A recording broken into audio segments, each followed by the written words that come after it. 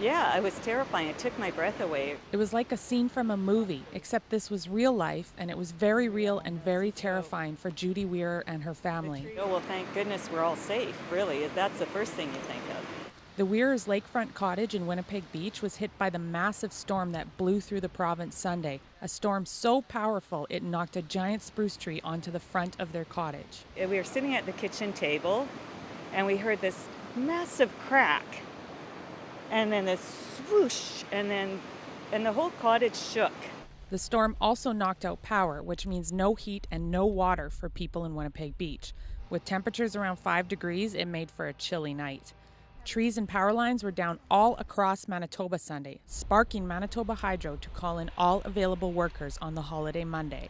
Wind gusts up to 100 kilometers an hour, combined with the snow and ice, has caused massive power outages all across the province. Manitoba Hydro says 3,000 to 5,000 customers have been affected, and that means a giant cleanup is underway in cottage country.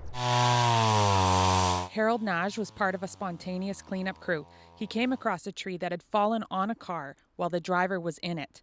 Luckily, with some help and a chainsaw, they were able to push the car out. Naj says Sunday's storm was like nothing he's ever seen. It was pretty wicked.